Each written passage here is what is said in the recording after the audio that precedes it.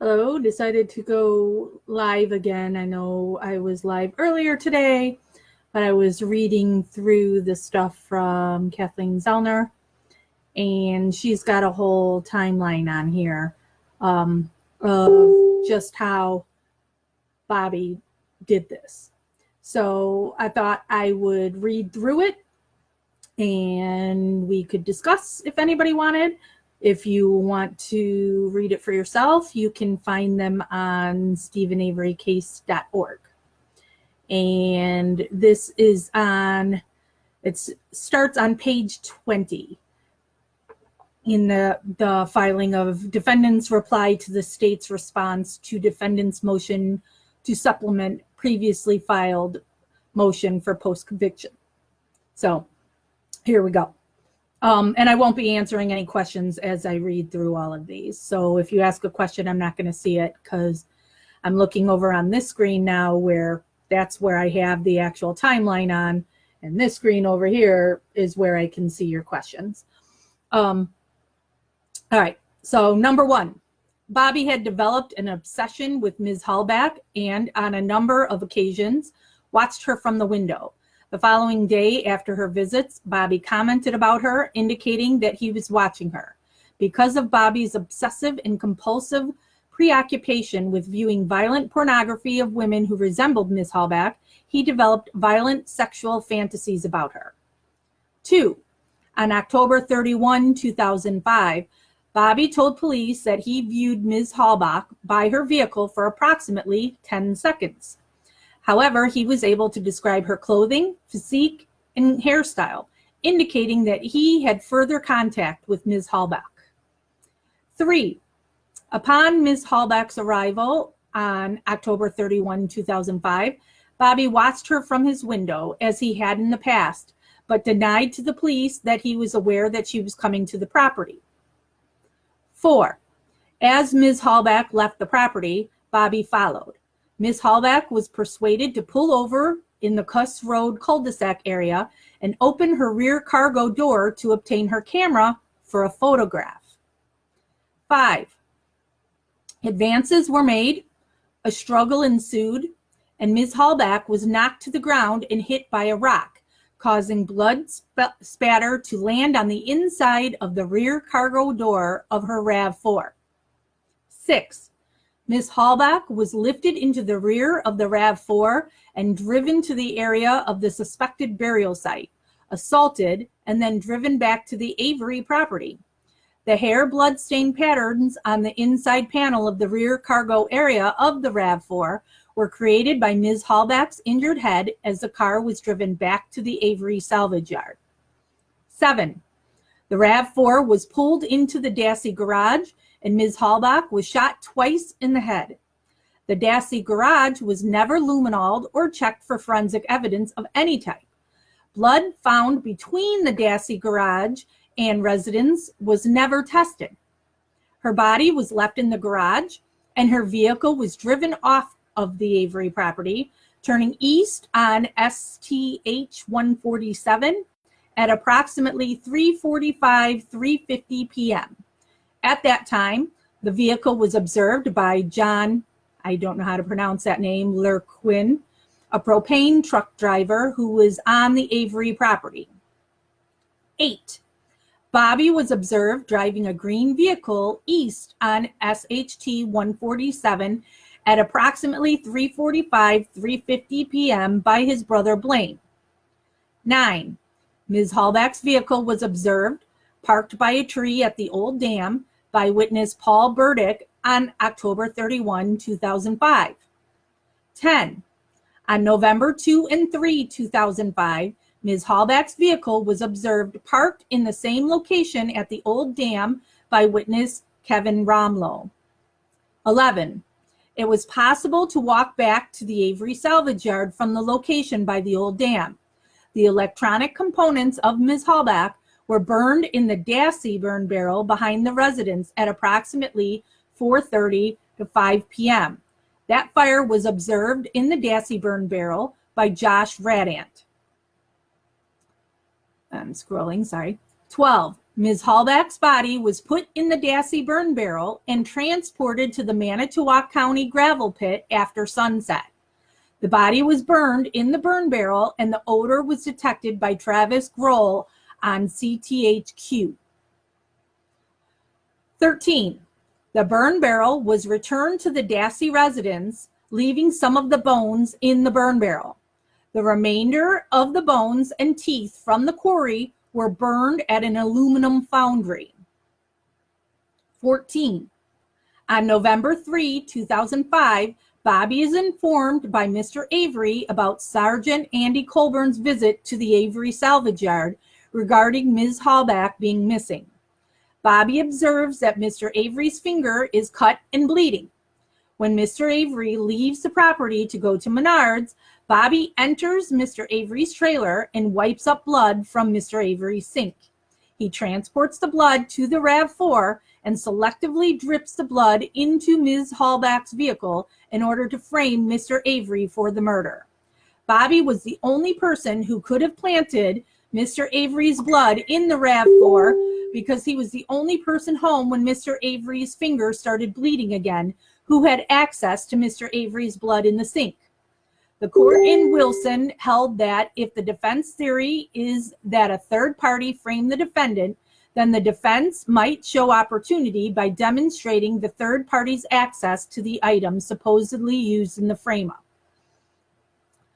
Bobby is the only family member on the Avery property who was present and had access to the blood dripped in Mr. Avery's sink on November 3, 2005.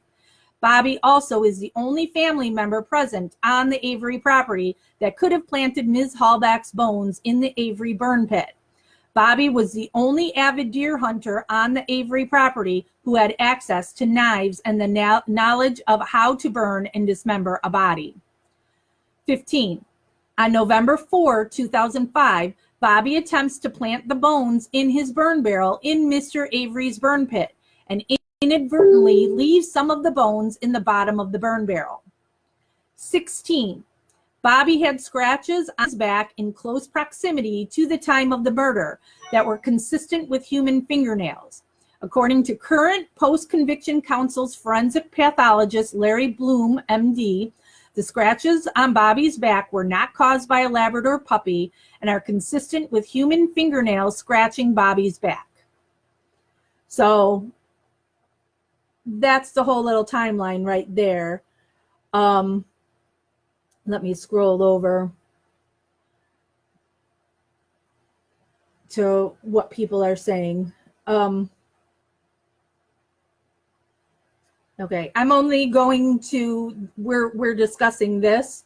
A lot of people are asking a lot of the same questions that I'm asked every time we go live, like who am I?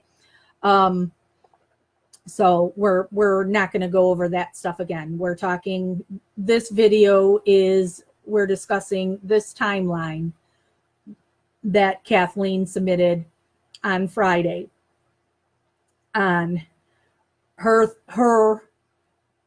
I don't know if you call it a theory because she has evidence on Bobby being, as it says the evidence supporting that Bobby was a viable third-party suspect and had a realistic ability to engineer the crime. So there you go. What do people have to say about that? Where am I finding this? Let's see. Can I do this right here? Hold on. It's not letting me copy it. Wait. Copy.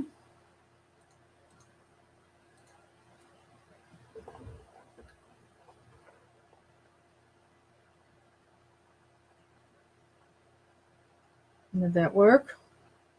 I don't know if that worked because now it's not showing me that you can click it. But it's on, it's in StephenAveryCase.org. Maybe somebody else can get you that link real quick. So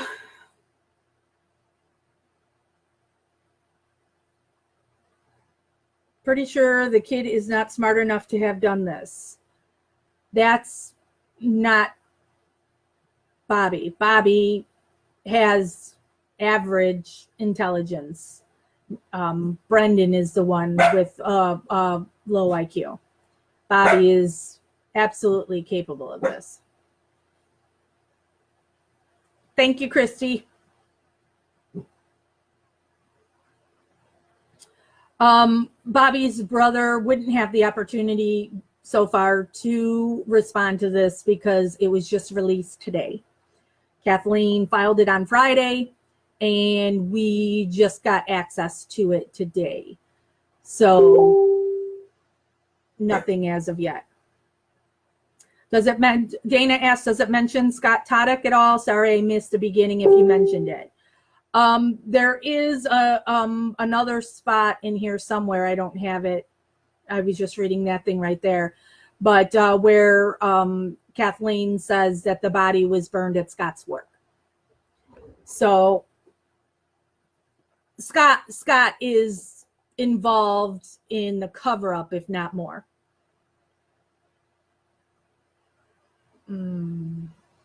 So what Kathleen is saying is that Bobby is sick, and Teresa had been to the salvage yard multiple times, and because Stephen sold multiple vehicles, and every time she was there the next day, Bobby would say, oh, your girlfriend was here yesterday.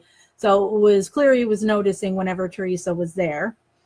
The searches that are on the Bobby Dassey computer has a lot of women who look very similar to Teresa Halbach. So it's just the kid had a sick obsession with this particular girl. So, and I think what this is trying to say is initially he was, he took the vehicle somewhere else to the dam, and it wasn't until that Stephen said that Colburn had come there asking questions that that's when it was then decided to frame Stephen for it to save himself. Going back over here.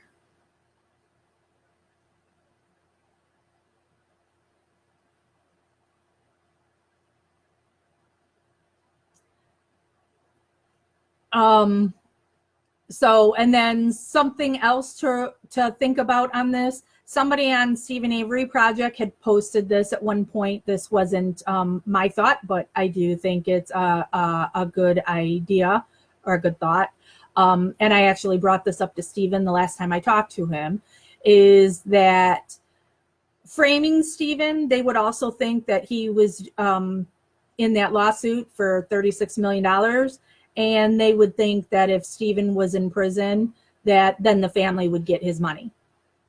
So that would be another reason to, make Stephen the fall guy for it, and that they'd be able to profit off of it. So,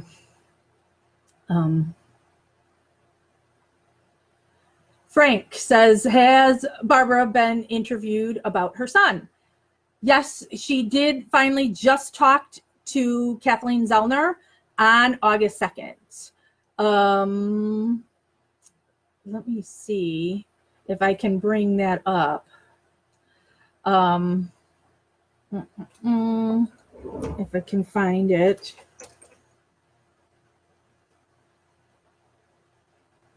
As I'm trying to see if I can find it, and I am not the best at finding stuff quickly.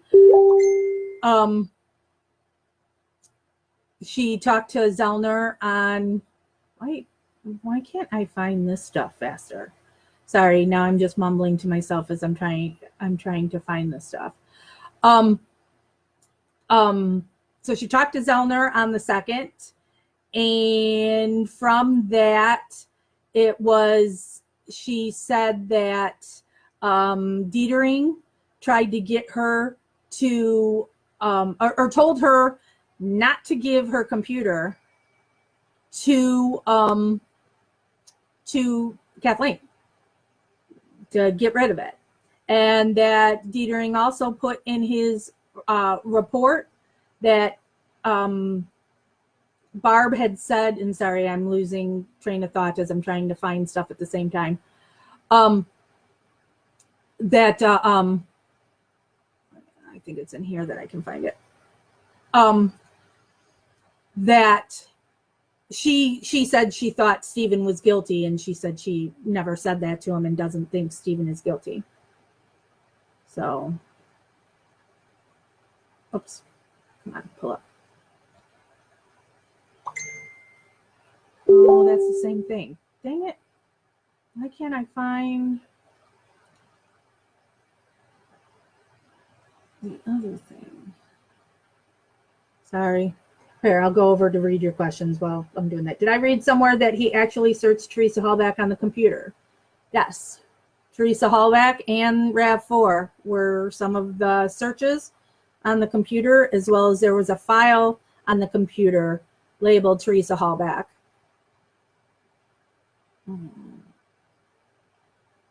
Yes, Bobby is Brendan's brother.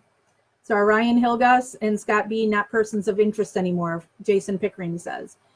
Not in Kathleen's filings, but I believe they helped plant a vehicle. But that may just be me. Somebody help me. Why can't I find the other stuff right now? You look tired, my friend. I hope you get sleep tonight. I always have bags under my eyes. And actually, this one is a scar. And this, I guess the other side of my face just wanted to match it. So that's just my luck. Sorry. Pre-trial and post-trial. What am I looking for? There. Is that it? That's it. All right. Where is, what's that one? Hold on, still pulling stuff up that I just filed. Or found, not filed.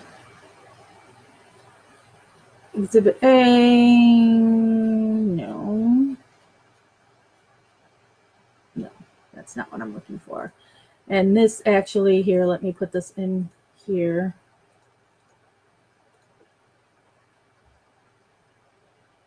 This is where I'm looking for the stuff.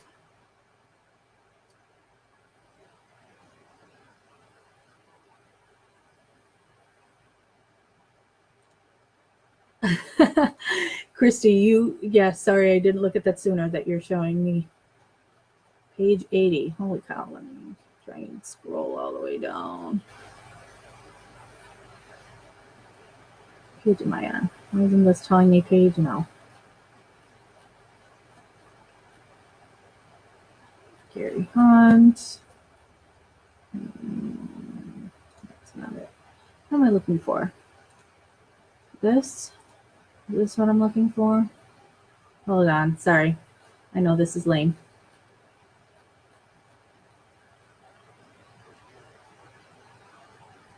All right.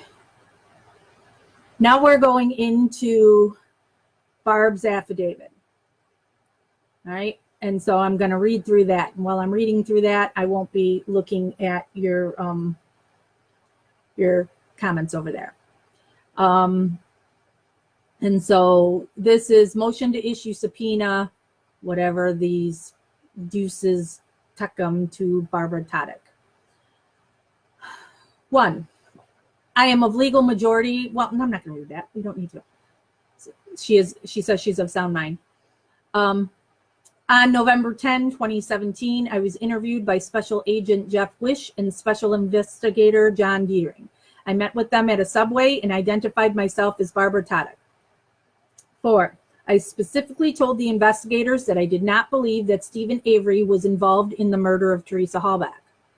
5, sometime after the interview, I was shown a portion of the police report about my interview, and I noted that the report stated, quote, Barbara was asked if Stephen was involved in Teresa Hallback's death, and she stated she did think so, ... unquote. I have no idea why the investigators would incorrectly attribute this statement to me when I told the police officers that I did not believe Stephen Avery was involved in the murder of Teresa Hallback. 6. After the interview, I returned home to my residence.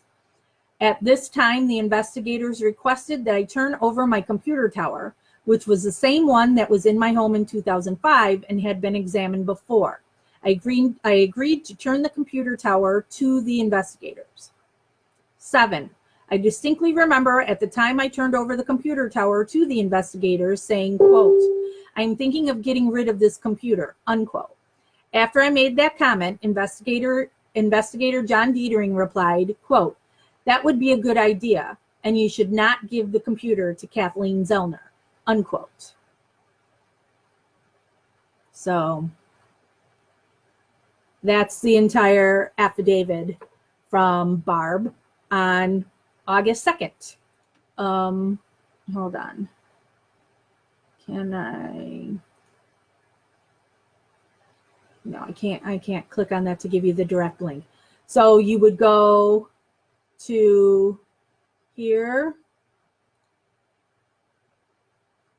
And then you're going to click on motion to issue subpoena ducis tecum to Barbara Taddock. And that's where you can read the entire thing. Scrolling through your things. Sounds like a ton of speculation, but no real new evidence. I disagree with you there, Tim. I think there's a ton of evidence. And I think Kathleen has way more evidence than what was used to prosecute Stephen.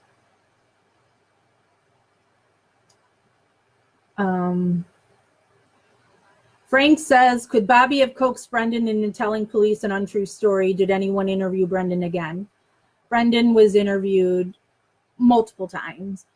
And it is my personal opinion from of what I know of Brendan from the times that I talked to him on the phone, that he would be totally incapable of lying for anyone, even his mother. I don't think that kid would be able to tell a lie and you would not be able to read it all over his face. So no, I don't think Brendan was coaxed by Bobby or anybody in the family to say anything. The only people that manipulated him were the Fassbender and Wiegert, and then Michael O'Kelly. Chad's asking what happened today. Not up to date. When I'm done recording this video, we're live right now, it will go up from the start, and then there's also one that I posted today. So you will be able to replay everything.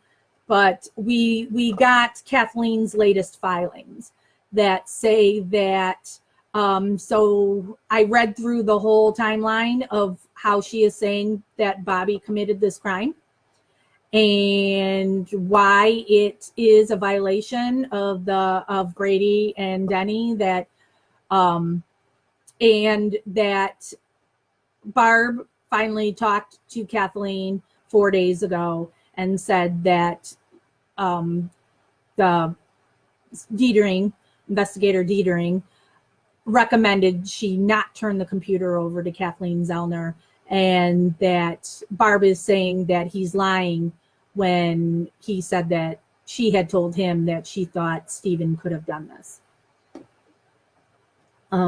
Crystal says, does Stephen believe that the truth will finally come out after all this evidence? Stephen has believed since this case started that he would be free because he knows he's innocent, and he just has always had that positive attitude that the truth will come out.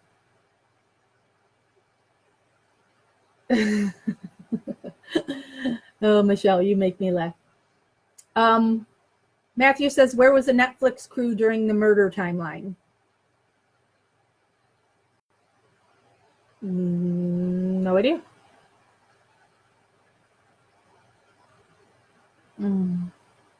Christy, you talk, I'll pose. Yes, we're a good team here. Thank you very much, Christy.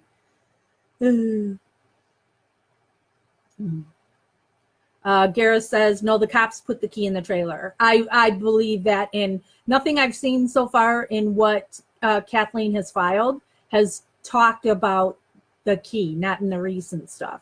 So I do believe that Lank is who planted the key in the trailer. Dave says, I live in Milwaukee, Wisconsin, and think Scott Walker should pardon Stephen. Maybe Walker's being paid off. Scott Walker said when he was elected, he will never pardon anyone, that he believes in our judicial system. And if people were found guilty, they're guilty and there will be no pardons from him. So you need to vote Scott Walker out. Christy Lynn says, I stopped running errands and came home so I could read everything, LOL. Yeah, well, I went live earlier because I just wanted the Barb affidavit thing was so big that I'm like, all right, let's go live and discuss that. And then I hadn't read the defendant's reply to the state's response where it has the Bobby timeline in there. So I was like, holy shit. All right. And so then I was talking to the Stephen Avery Project moderators, and I was like, I'm thinking about maybe going live again to discuss that. And they're like, yeah, go for it. Because I know in the past I've like written things, for people to read to go over all this, but this is way easier for me to, I'm a lazy person, so it's easier for me to just talk about it. But you guys let me know if you still need me to write something up, because I know for some people it's easier to read stuff than to watch it, depending where you're at. So you just tell me what works for all of you. All right. Jerry says, I've always thought Stephen and Brendan were innocent. Doesn't take an expert or genius to see this. What really gets me is how the hell, with everything we have seen and been presented, can Teresa's family not see this? Because by God, I would not accept holy cow, that scared me. Sorry. Because I could not. All right, I got now it's ringing through my iPad. Sorry, I got to turn that off. Because by God, I would not accept by any means that they did it and have the cops, prosecutors, etc., stop at them and lock them up for an easy conviction and let my daughter's real murderer stay out there. I would put so much pressure on anyone who would listen to find my daughter's real killer or killers.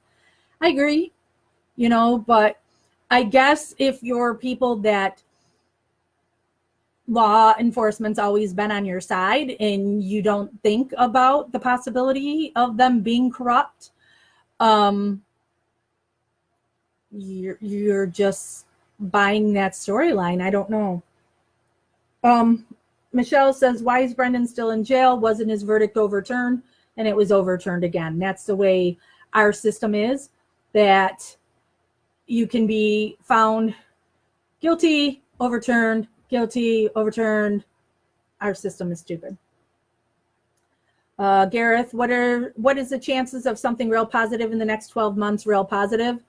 Well, I'm gonna follow Stevens and say real good, because look at the stuff that Kathleen has now. So I'm hoping they're home within the next 12 months. Joe says, cops are supposed to uphold the Constitution. They are servants. They took an oath. Blue ISIS. So sorry for Steve and Brendan. Yeah, but there's good and bad in every profession. So, Crystal, hey lady, thanks for taking over the site. You are amazing. Oh, I don't typically read the ones that want to talk positive about me. Sorry. Why, with all the new evidence and proofs, hasn't this been just brought to a retrial? Well, that again is our system. You have to go through all this bullshit to get there. So that's what Kathleen is trying to do. Kathleen has to show there's proof that there's the Denny Brady violation, that they weren't allowed. Strang and Buting were not allowed to say there's any possible other suspects unless they can provide a motive. And the state then covered up Bobby's motive. So there's that violation. And then they're also, Kathleen's going on the how do you do it? I can't remember, the ineffective counsel. So, and that's standard. That's not saying something real negative against Strang and Buting. That's something that's typical when you're trying to overturn these things, that you have to say that their lawyers didn't do everything they could and that mistakes were made.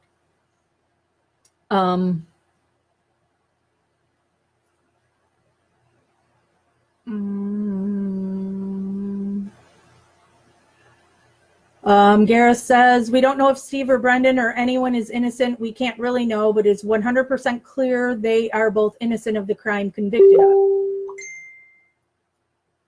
Right. You can't ever know for sure, I guess, unless you were there. But I think the evidence clearly points to that. What is this? Hold on, I gotta go to this. Can I see this?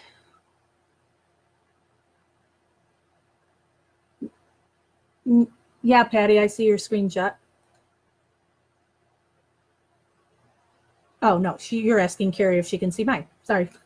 Sorry about that. I'm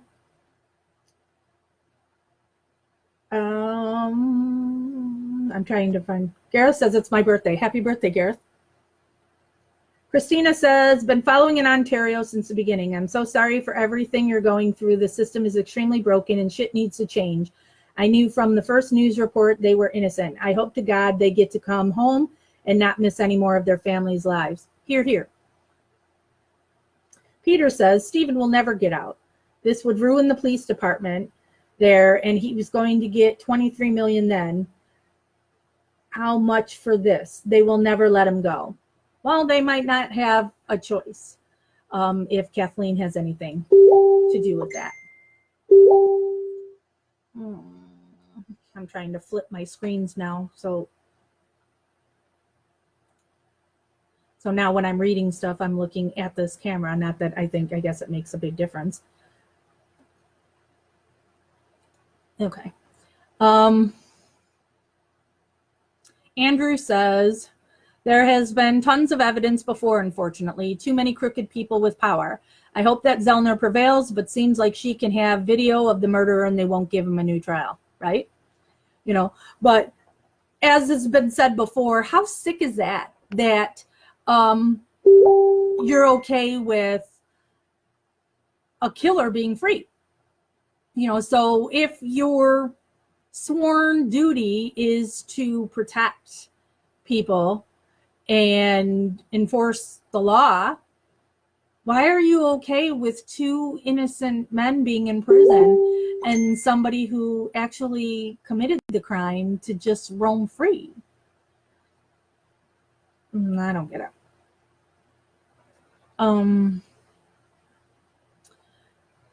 Peter says, I hope he does because I believe he is innocent. The system is rigged. Our system is horrible. We are coming up on the midterm elections. I'm not going to get all political with everybody because that's not what Stephen Avery Project is for. But November 6th is midterm elections. So you need to get out there and look at the candidates that are running and look at who is your district attorney. District attorney is who determines what happens with people when they are accused of crimes. You know, so look into these people. And if it's, you know, people who are shady like this, you need to vote them out.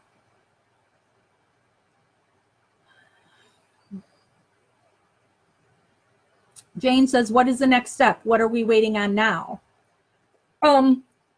We're waiting on the court's response to Zellner's filing to see if, I believe what she's going for is an evidentiary hearing.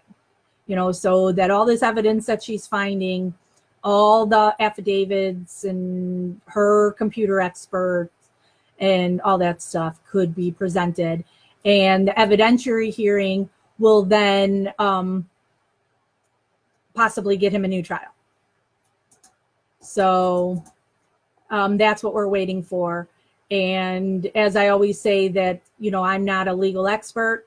So I just know every time I ask Paul Kaluzinski on things, I think it's a typical 60 days. They, everything always has 60 days to respond. I don't know. So, so Crystal says, from day one, none of it made any sense. His life was set. Who in their right mind would kill someone and go back to prison? Seriously. Right. We've discussed this before, that Stephen was about to come into $425,000. So this crime occurred on Halloween, and he was going to be getting that 400,000 plus by Christmas. And then also he had his lawsuit going for the $36 million. So he was the 425,000 was a definite, the 36 million, you had no idea how long that case was going to go. And if he would win, even though he should have won, but he was still coming into 425. So nobody has been able to explain to me, when the defense has to prove motive for any other suspects, what is Stephen's motive? Crickets? Anyone? What is Stephen's motive? There's no motive. Why would he kill Teresa? Somebody who is at his house multiple times, that there is a record of him calling her, that multiple people knew she was coming there. I mean, I know that Stephen's not a genius, but he's not that stupid. But also, why? Why would he? Because there's nothing in his history that shows he would do this. So if he has to prove a motive for somebody else, why is there no motive for Stephen? Why was it okay to put him in prison with no motive? What's Brendan's motive? Anyway, all right, back to your stuff. Mark says, would like to see another documentary and gain more support. Well, the Making a Murderer documentarians have been filming for a while now, and something will be coming out. We just don't know for sure when. They say the end of this year. There's also been, it's been said that it might only be 3 episodes that would be just thrown in with Making a Murderer that's already on Netflix, and that it would just follow Brendan's case. I'm sure we're going to be seeing this stuff. I do know that Stephen talks to the documentarians about once a month. Garrow says, can anyone outside the USA get involved in this? Can human rights get involved if anything can prove these guys ain't had fair treatment? We just have to wait for Kathleen. That's all we can do. I mean, there's been, some rallies to show support for Stephen. That doesn't do anything. Rallies don't do anything. Unfortunately, we are just stuck with going through our court system.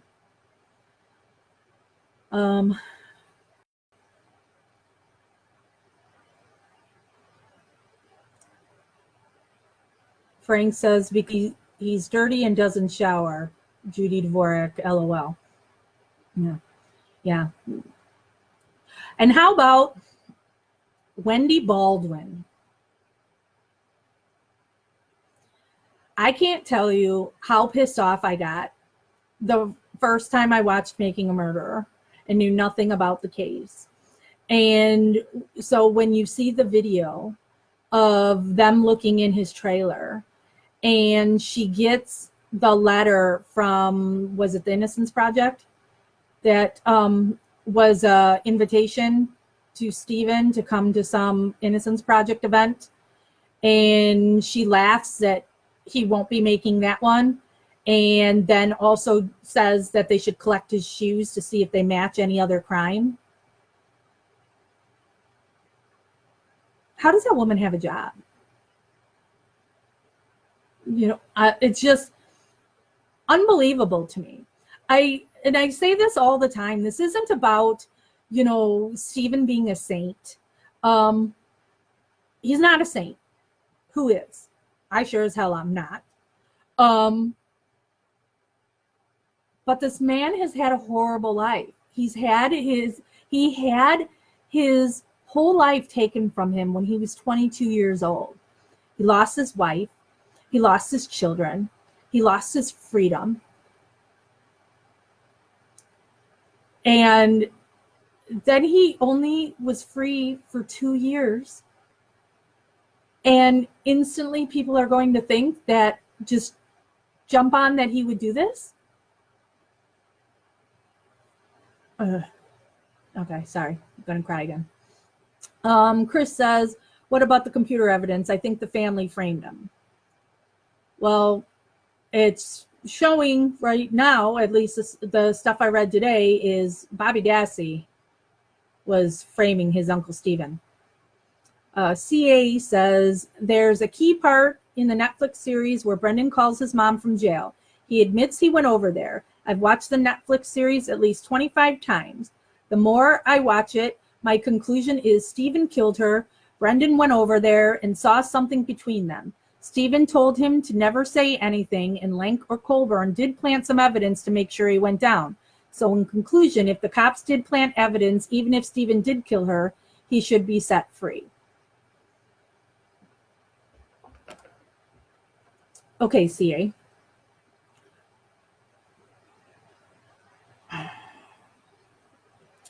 I'm trying to be nice, because it is in my nature to go on the attack if somebody says these two guys are guilty. So I will be nice here. Brendan says he went over there after the cops put that in his head. And then you'll hear him say to his mother that he didn't. So bottom line is he didn't. And Brendan can't lie. You would know if the kid was lying. I'm not going to say that I'm BFFs with Brendan. I only had a short period of time when I used to talk to him regularly on the telephone. He's a sweet kid. And when I talked to him, he would talk to me about his favorite Pokemon, wrestlers. He likes to eat hamburgers. He's just a sweet kid. And there is no way he's going to watch a woman be raped and murdered and live with it. The kid was against hunting because he can't hurt it, doesn't want animals hurt. There's no way this kid is raping a girl, regardless of if Stephen told him to do it. Brendan wouldn't have done it. He would have gone home. If that's the time, he just would have gone home and would have gotten in his bed and he would have cried. Brendan wouldn't have been able to hold this lie up. Like this, no. Stephen and Brendan are 100% innocent. Sorry, I'm gonna scroll. Have they given Stephen a lie detector test? Dave asks. Stephen, yeah, I can't remember for sure. I believe he offered. But lie detector tests are bullshit. So they're not accurate. They're not admissible. They lied to you. So if you're ever asked to do a lie detector test, you say no, because it's bullshit. Don't let that shit be used against you.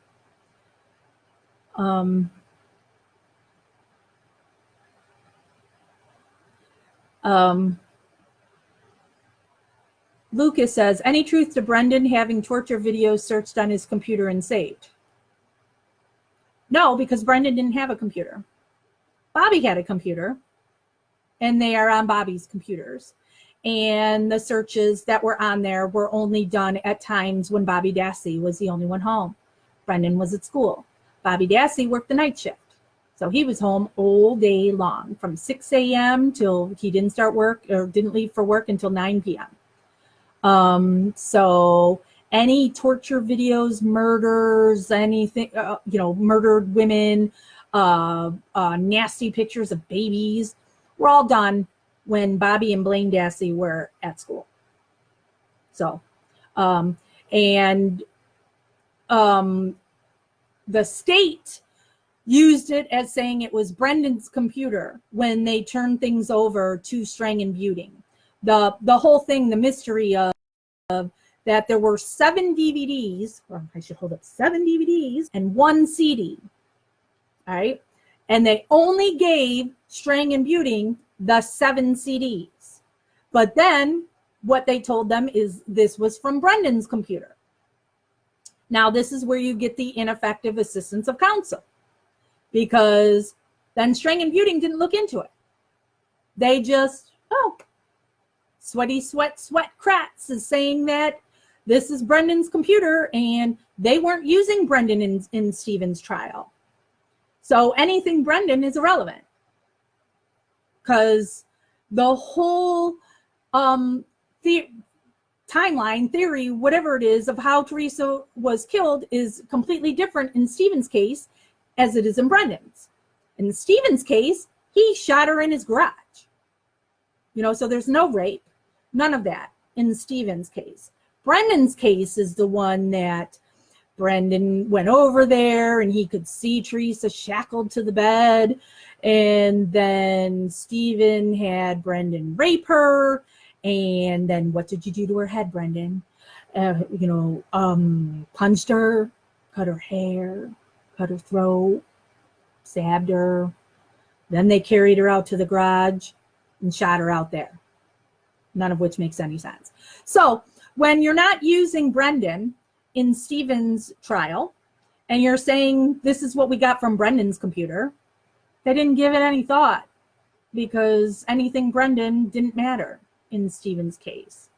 But they also never gave the 1 CD that was like the summary of everything that was on those 7 DVDs and had other stuff on it. And Kathleen didn't get it until this year, I think it was April. So, and the state likes to use, all Strang and Buting would have had to have done is ask for this CD if they had asked for it. Well, that's bullshit. They should be turning over everything regardless, but whatever. Stacy asked, when are the new ones going to be available? They're saying the end of the year. Christy, how many other not high profile people have they put in jail? I doubt Stephen was the only one they did this to. It is just the only case that has a spotlight on it because of the first case. There's 2 other cases that we know of that's kind of linked into this that shows the corruption. There's Carmen Bootwell, and then there's Ricky, I can't remember his last name. Is it like Hatztetler? So if anybody knows those cases or whatever and wants to post a link in here, please do.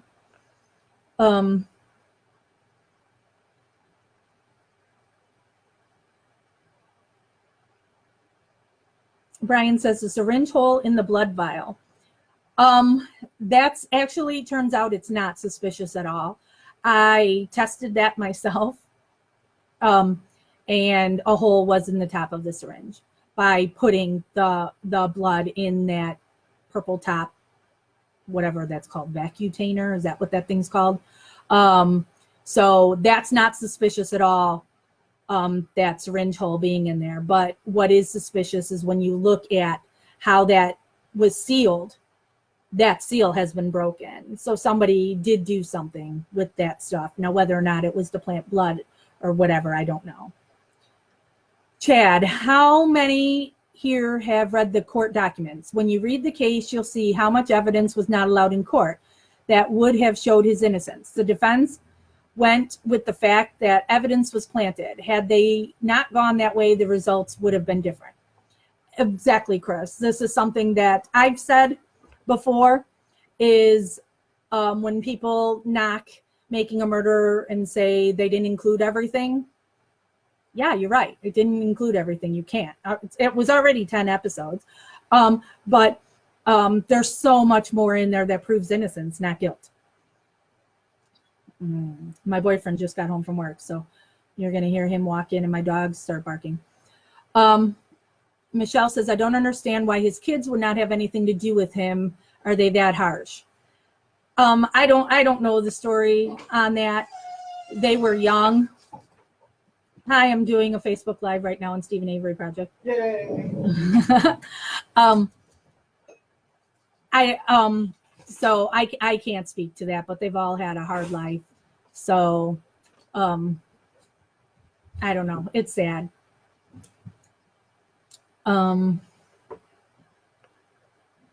Scrolling down. Gara says, how can Brendan with his IQ get asked that question by that guy in that interview with both answer would be admitting guilt, but yet he never answered? That proved to me his innocence. Yeah, that thing was such bullshit. Check either I'm sorry for what I did or I'm not sorry for what I did. And this was his defense team. You know, but the thing to always remember is when you don't have money and you get appointed an attorney, they're paid by the state. You know, it's not a pro bono thing. So they're paid by the state. They're getting paid, and that's, you know, so they, you know, are shitty state. Well, I guess no, they're not shitty state employees because they were working for the state and they were helping them with their case. Gara says, without being rude here too much, chances are Brendan was a virgin at the time, and I'm sorry the whole Brendan raped her is so far-fetched for me. Don't mean that in a nasty way. No, that's not nasty. Brendan is a virgin. You know, it's, yeah. So, and, you know, like I was already, there's no way that raping anybody.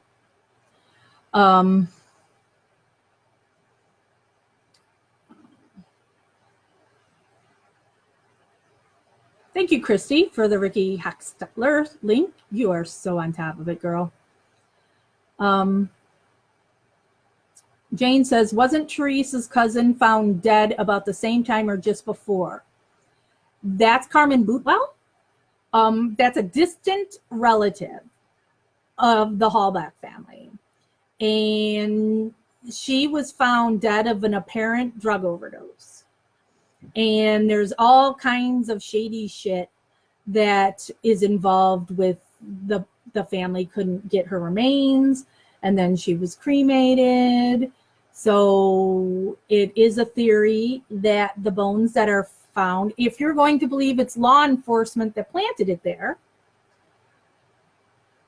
are Carmen Bootwell's. Stacy asks, what is your relationship to Stephen? No relationship. I watched Making a Murderer, then wanted to help Stephen and Brendan any way I could. And so things just snowballed from there, and here I am. I talk to Stephen on occasion. He knows he could call me whenever he wants. So last time I talked to him was not this weekend, but the weekend before. I don't have a set day he calls me. He just calls me whenever, like I said. But if I need to talk to him, I have somebody that lets him know that I need to speak to him, and then he calls me within a day or so. I am in contact with Kathleen Zellner because I want to make sure anything that Stephen Avery Project does, it doesn't do anything that's going to hurt Stephen's case. So, and so whenever I have a question on anything, I contact Kathleen and she lets me know what to do. Like, for example, I had seen somebody posting that there was a phone app you could use to donate money directly to Stephen's canteen. So I asked Kathleen if that was a real thing. And she once again told me the only place to donate to Stephen to make sure this money goes towards Stephen is through her website. So I'll ask her things like that. So I'm just a supporter like all of you here. And I talk to Stephen occasionally. I just visited his mom, Dolores, on Saturday. So that's me. And then I advocate for a couple other of Kathleen Zellner's clients. There's Melissa Kaljuzinski, who is in prison for a murder she didn't commit. And Kent Pellegrini is in for a rape he didn't commit. So those are both Kathleen's cases that are here in Illinois. All right, so Debbie, when the money comes in, his kids will then want their father. Could be. Matus, did I say that right? Matus. Very true. If you don't have money, you are basically done when it comes to court systems. Well, and that's one of Stephen's lines. Poor people lose. Poor people lose all the time. Lucas, so who did it? Bobby Dassey, Brendan's brother, Stephen's nephew. Bobby says, off subject, but I love your tattoo. Which one? I've got tons. I've shown this before. I don't know if you can see it. A Brendan Dassey tattoo. I can see it.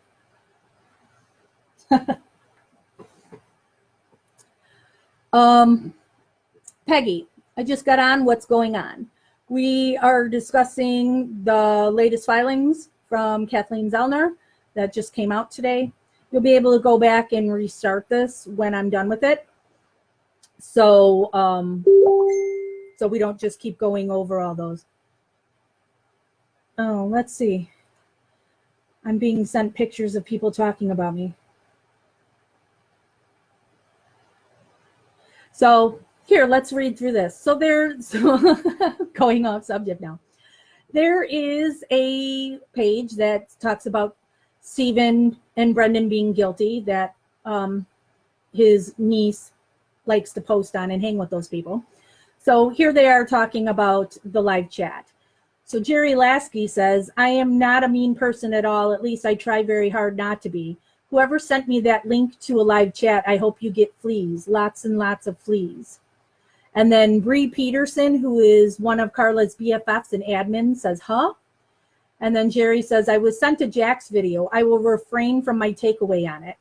And Bree says, Jerry Lasky wasn't Andy Barton. He's sly on getting those videos. Yeah, real sly, getting something that's on a public page. Oh. And then Jerry says, Bree Peterson, no, LOL. And then Bree Peterson says, Jerry Lasky, he sneaks those damn things into Trump's jokers. That's another one of their lame ass pages. Oops.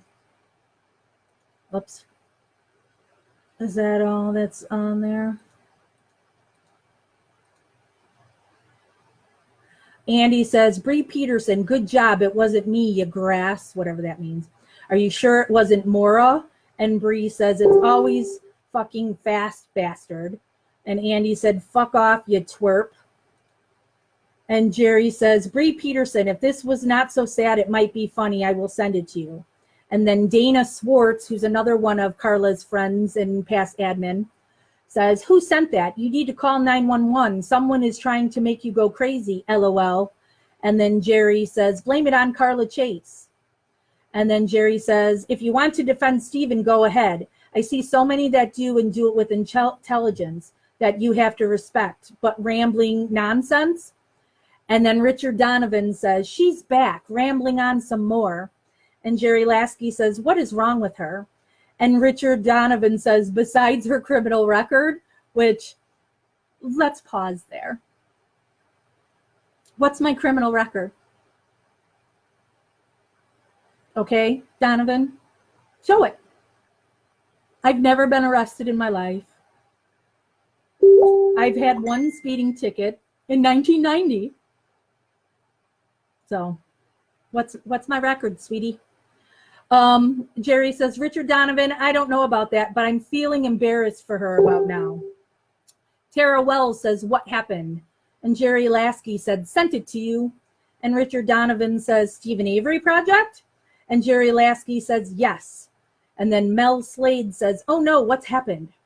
And Kimberly Dennis says, Christine Rose, I also think KZ only has a donate money feature regarding Stephen's case. I have not seen that included on any of her other cases, not even Kaluzinski case. I find that strange. Really? Guess you haven't been to the Melissa Kaluzinski page or the Melissa Kaluzinski Twitter that Kathleen Zellner runs. Deborah Bell Hannah says, hi, Christine Rose. And Christine Rose says, Deborah Bella Hannah, yay. Welcome, my friend. We need a Darley break. Let's learn more about this case together. And then Kimberly Dennis says, Christine, in my opinion, KZ took Avery's case due to the hoopla of MAM due to alleged tampered blood vial because she initially turned down his case. She's moved on from the tampered vial to stolen sink blood theory. Even when a person's appeal is denied, they can appeal to a higher court requesting them to review the decision, which KZ did. She tried to raise the CD Brady issue there, but it wasn't a matter they could consider, so they sent that issue back to the lower court for a ruling. If the judge denies the Brady then the case reverts back to the higher court as to if they will avenue.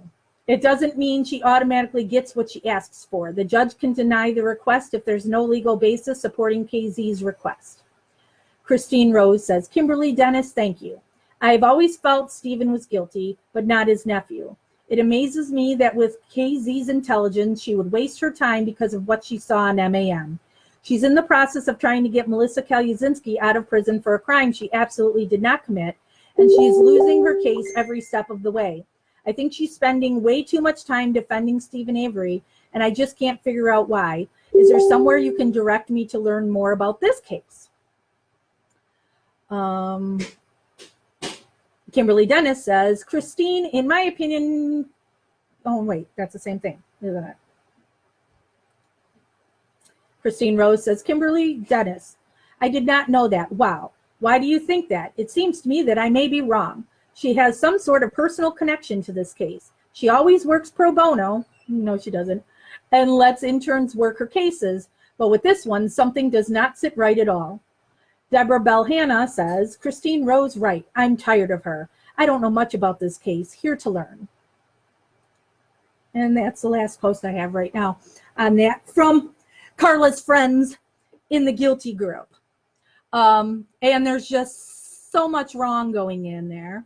And I really get sick and tired of people talking shit about Kathleen Zellner when you don't know fuck all about it.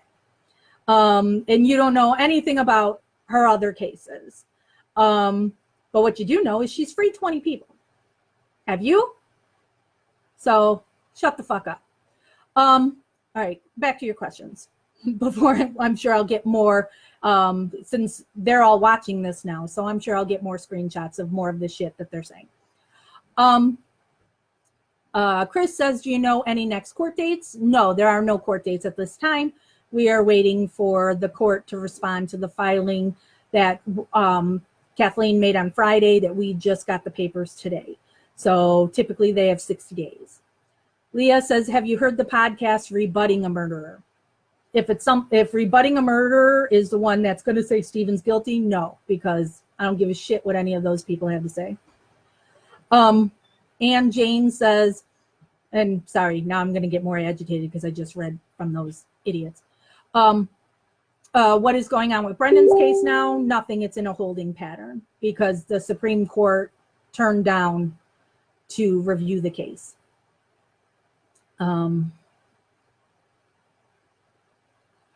Peggy says, okay, great. How can we help him get justice? There's nothing you can do to help Stephen get justice.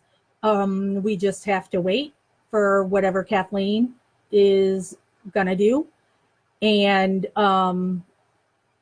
you can donate to Kathleen Zellner towards Stephen's defense, which also, she doesn't just work pro bono. Those people need to do a little bit better research. Okay. So you could donate to Kathleen Zellner, and that money is used for his defense and also goes into his commissary. Or you can write him letters, show him your support. Right? He enjoys to get your letters, so that's all you can do right now. Gareth says, late here, so gotta go. Thanks for this, Jackson. Good night, all. Good night, Gareth, and happy birthday. Christy, oh, I can't stand Bree Peterson.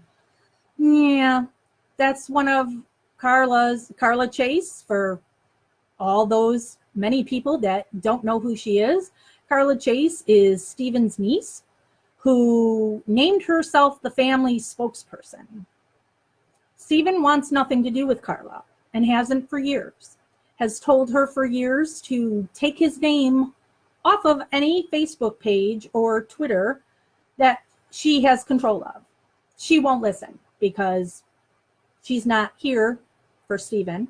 She's here because she wants friends and she wants to make money off of Stephen's supporters.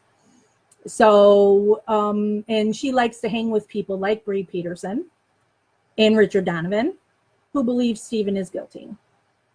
So I don't know about you, but if somebody was accusing my family member of murdering people that I knew was innocent and would say awful things about my grandmother, like Richard Donovan has talked about Dolores, why anybody would say something nasty about Dolores. But that's who Carla likes to associate with. Whatever. Debbie says, don't pay no attention to them Satan devils work. Oh, I know. But they always think they're all secret, and everything they post there stays there, but it all comes to me. So I get it the whole time. So, and most times I don't say anything. And yes, Leah, I know you want to hear facts, not gossip. And that's why we do have MAM gossip, is where we do go over all of that. So if people are interested and want more of that, that's where it is. So usually I keep that stuff off Stephen Avery Project, and it's just an MAM gossip. All right, so Jennifer says that boyfriend is the one who killed that girl. I was on that theory early on because of how suspicious they looked. But I believe they just helped plant the car at the salvage yard, and I believe they thought they were helping frame a guilty man.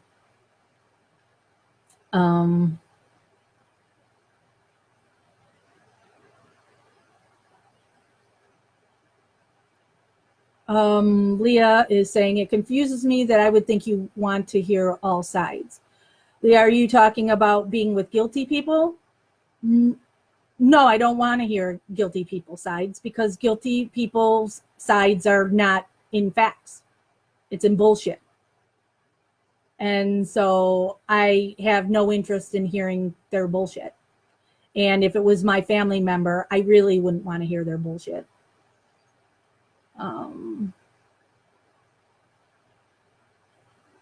Sorry, I'm trying to scroll through everything. Sand is saying, it says Mark Avery, but are you saying Ma Avery's birthday is this month? I think it's August 20th. Send her cards. Absolutely. She would love them. We'll get something posted on Stephen Avery Project, and anybody who wants to send Dolores a card, go for it. Dolores is the most important person in the world to Stephen, and Stephen would love that as well if you sent a card to his mom. Julie says, I don't even know Carla, and she PM'd me because I joined your group. That happens all the time. Carla and her Guilter admins watch Stephen Avery Project, and anybody who joins here, they will contact you and they will ask you to be a spy for them and send them stuff back. And then they may ban you from their group if you won't be their little spy. It's really pathetic and stupid.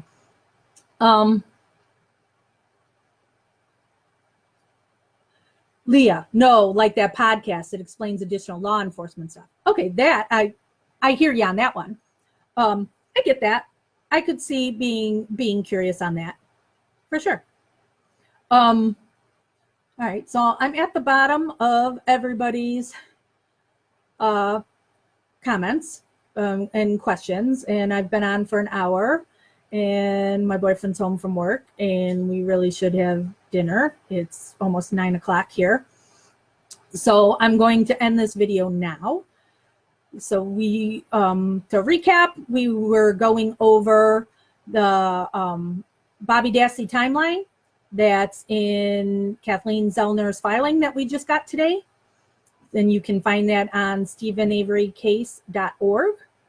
That is the #1 place to go to if you want to look at files and documents and everything on the case, to read it for yourself. Don't just hear it from, somebody else. You read it for yourself. So StephenAveryCase.org. And I'm scrolling through these.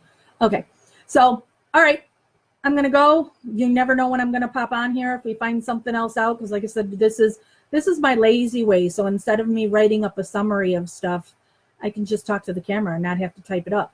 So and then if you don't hear from me before then, oh, look at Christy. She posted his how you can write to Stephen. She's the best. I'll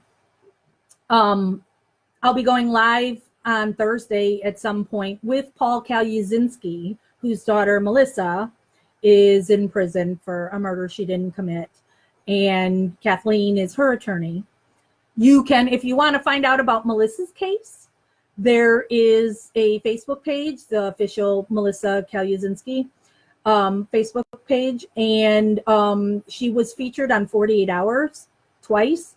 48 Hours has it uploaded to YouTube. So the first one is called Blaming Melissa, and then the second one is called The Fight for Melissa. So, but the reason I'm having Paul with me on Thursday is because I get so many questions about the legal process and what's the next step and what is this and what is that, and I don't know it. And Melissa's been in prison for 10 years. And so Paul has been fighting for his daughter this whole time. So he knows every step of the way. So, and then also he obviously knows Kathleen and the way she works. So you'll be able to ask Paul, that stuff, and he'll be able to answer all of that. So, all right. Can you spell her name, Debbie? Or yes, Kaluzinski. So it's Kalusinski, Melissa Kaluzinski, and her dad is Paul Kaluzinski. So, all right, now I'm scrolling to the bottom. Up, Christy. Oh my God, Christy spelled it out for you, literally. All right, so thank you guys. We'll talk again soon.